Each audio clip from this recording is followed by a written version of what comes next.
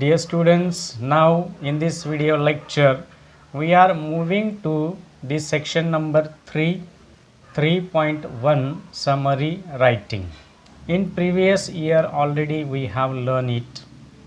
Summary writing नेमकं काय असतं विद्यार्थी मित्रांनो, ते आपण गेल्या वर्षी 11वीत सुद्धा अभ्यासलेलं आहे. सारांश लेखन म्हणजे जो काही पॅसेज एक्स्ट्रॅक्ट तुम्हाला दिला जाईल, क्वेश्चन पेपरमध्ये विचारला जाईल, तर त्या पॅसेजचा 1/3 भाग आपल्याला या ठिकाणी सारांश लेखन म्हणून करावा लागणार. So first we will try to understand. Summary is a record in the reader's own words. मग सारांश लेखन म्हणजे काय असतं? संक्षिप्त पद्धतीने जो काही रीडर असतो, म्हणजे विद्यार्थी म्हणून तुम्ही जेव्हा तो क्वेश्चन सॉल्व कराल, तर तुम्ही जो पॅसेज रीडिंग कराल तर त्याचा रेकॉर्ड आपल्याला रिटर्न स्वरूपामध्ये करावा लागणार आहे. तो पण कसा? Short. That gives the main points of peace such as newspaper, article, a lecture, a passage, a chapter or even a whole book.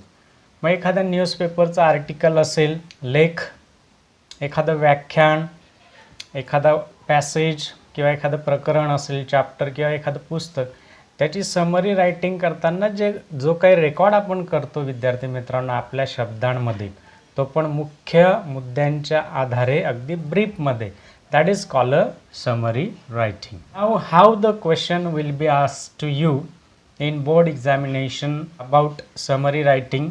विद्यार्थी मित्रांनो, समरी रायटिंगच्या संदर्भात तुम्हाला बोर्डच्या क्वेश्चन पेपरमध्ये प्रश्न कसा विचारला जाऊ शकतो आणि कुठल्या क्रमांकावर, त्याच्याबद्दल आपण डिस्कस करणार आहोत. So in board exam you will be ask the question about summary writing in question number 2B. मग कुठे विचारलं जाईल विद्यार्थी मित्रांनो? Question number 2.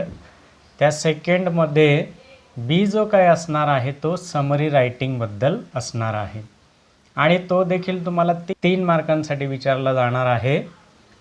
तर आपल्याला त्या दृष्टीने या ठिकाणी तयारी करायची आहे. मग क्वेश्चन कसा विचारला जातो? Write the summary of the above extract. मग तुम्हाला त्या ठिकाणी विचारलं जाईल की जो काही परिच्छेद दिलेला आहे तर त्याचा सारांश तुम्हाला लिहायचा आहे विथ अ सुटेबल टायटल. मग ते देखील योग्य शीर्षक देऊन, एकतर सुटेबल, ॲप्रोप्रिएट अशा प्रकारचे वर्ड्स यूज केले जातात क्वेश्चनमध्ये आणि दोघांचा अर्थ सेम असतो, योग्य ते. With the help of the given points or hints.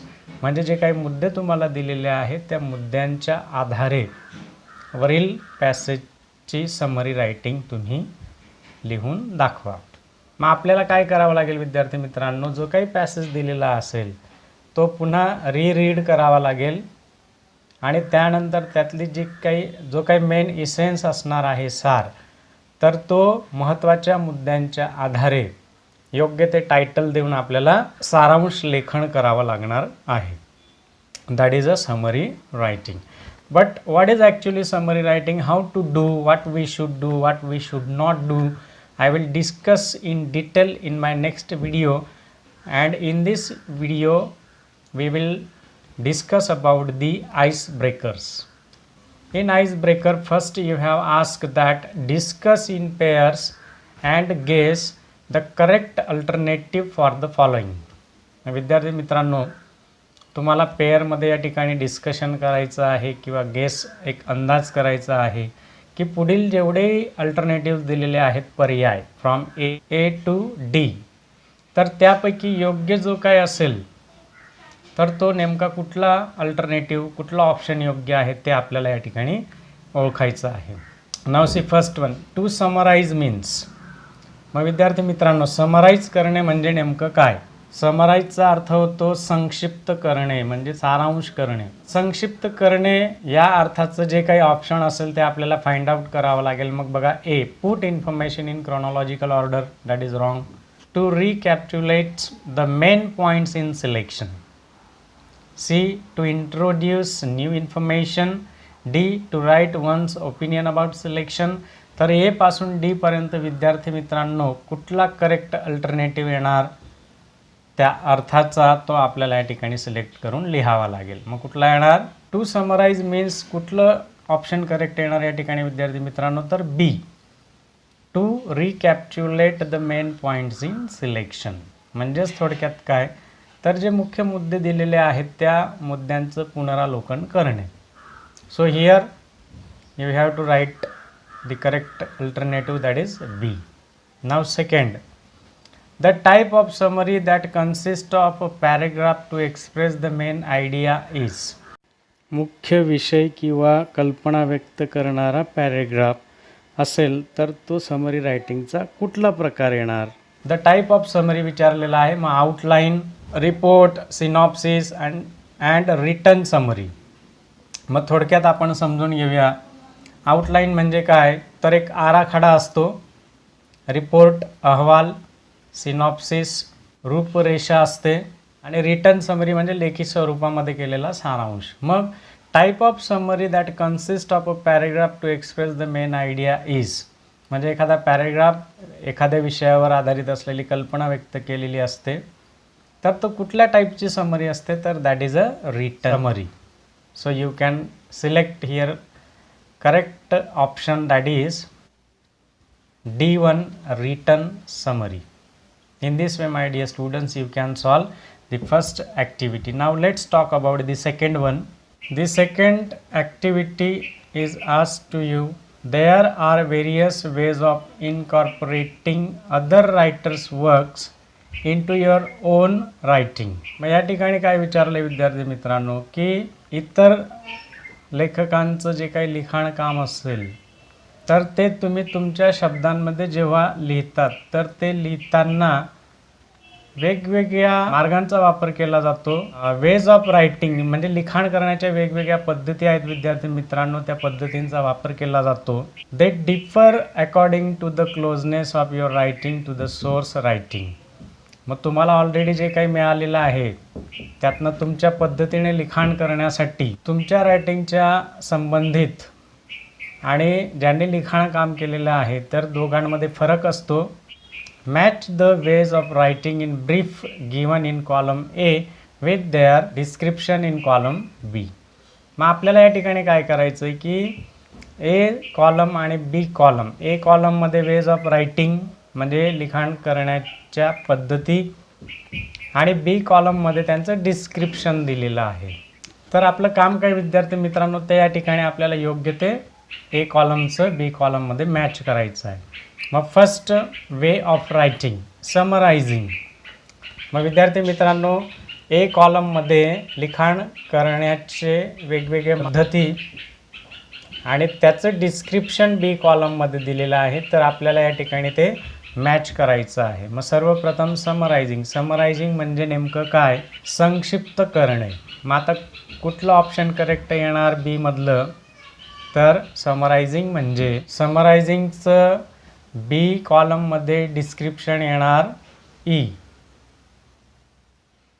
आता ई मध्ये काय नेमकं दिलं आहे बघा, it includes main ideas in to one's own words.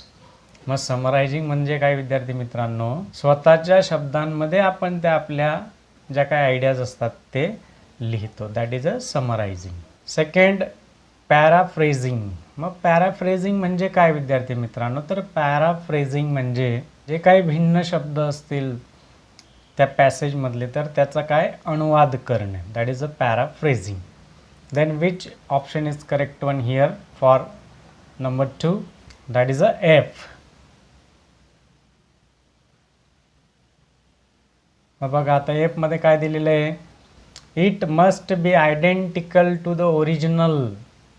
म्हणजे जे काही लिखाण काम केलेलं असेल तर ते कसं असलं पाहिजे विद्यार्थी मित्रांनो, अगदी तंतोतंत जुळणारं, म्हणजे जसं ओरिजिनल आहे त्याच पद्धतीचं.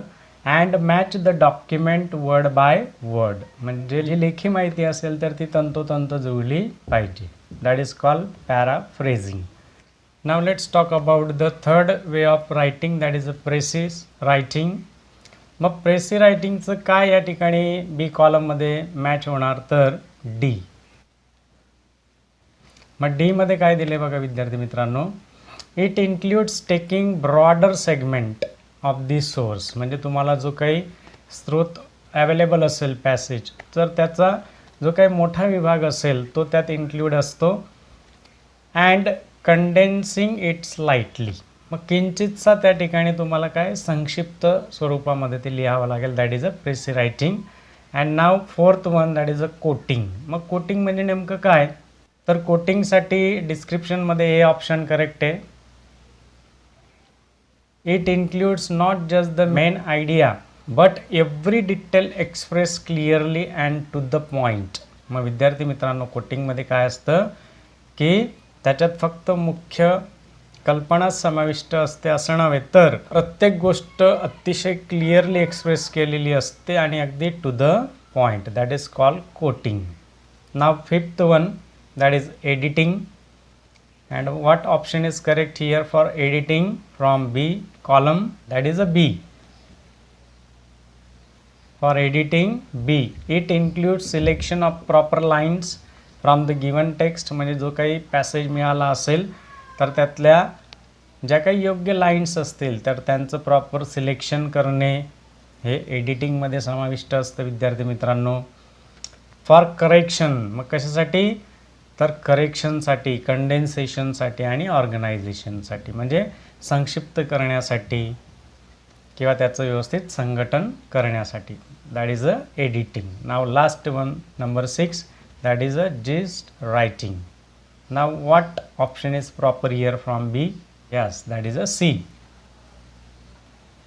So what is a gist writing? It includes the most essential part or the crux of the matter. मग जिस्ट रायटिंग म्हणजे नेमकं काय डिस्क्रिप्शन येणार त्याचं विद्यार्थी मित्रांनो, तर जो काही महत्त्वाचा मुद्दा असणार आहे त्या विषयासंदर्भात अतिशय आवश्यक असा महत्त्वाचा मुद्दा त्यात इन्क्लूड केला जातो. That is a gist writing.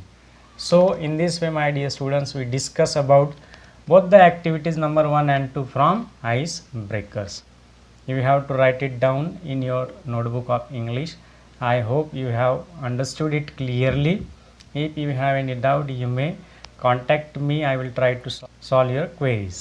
I will be back to you very soon with a new video lecture about summary writing. Till then, be happy, be healthy, and enjoy English learning with me. Like, share and subscribe my YouTube channel. Thank you.